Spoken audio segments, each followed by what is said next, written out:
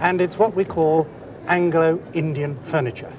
You don't see an awful lot of it, and yet surprisingly today we've got two pieces. This one here and that incredible piece over Yes, there. it is, isn't it? Yeah. But this is an interesting piece because it's got a nice story to it.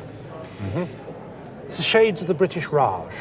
Your local district commissioner or colonel of the regiment. That's right. Nice bungalow up in the hills. Very nice. Says to his local tradesman, I want you to make up a nice work table for the Memsahib. Aye. And the Indian tradesman says, well, I don't know what it looks like. So he says, right, well, I'll draw you one, you see. And he draws an English work table. And then the fellow translates it into his own vernacular.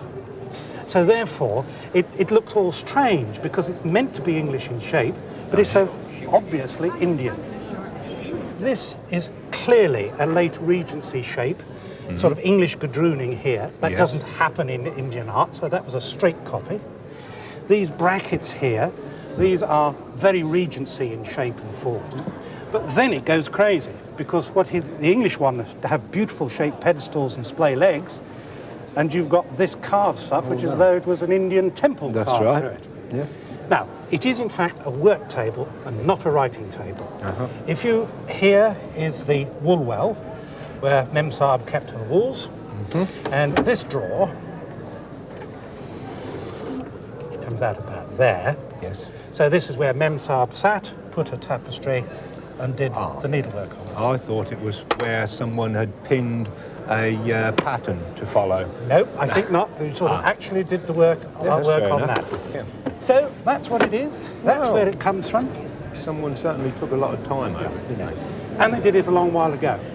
they? How old? I think that was done not after 1850. Really? So it's about 140 years old, in my opinion. Because it's Anglo-Indian, they're well sought after. This also, it's got a bit of damage, but this could actually be used. And I would think that if you had to buy that in a sale room or a dealer's shop, you could well be paying £1,500 for it. Really? A lot of people think that these boxes had a definite use, Yes, I thought it was probably a snuff box. a snuff box. Well, people suggest that they could be snuff, they could be tobacco or a patch box. But actually, my feeling is that something which is as good quality as this would have got very damaged. Can you imagine popping that into your pocket? I mean, the painting would have got scratched and the papier-mâché would have got damaged because it's actually quite fragile.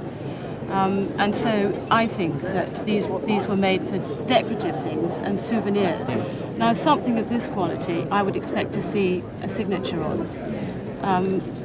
Very often they were signed inside the lid, which it isn't.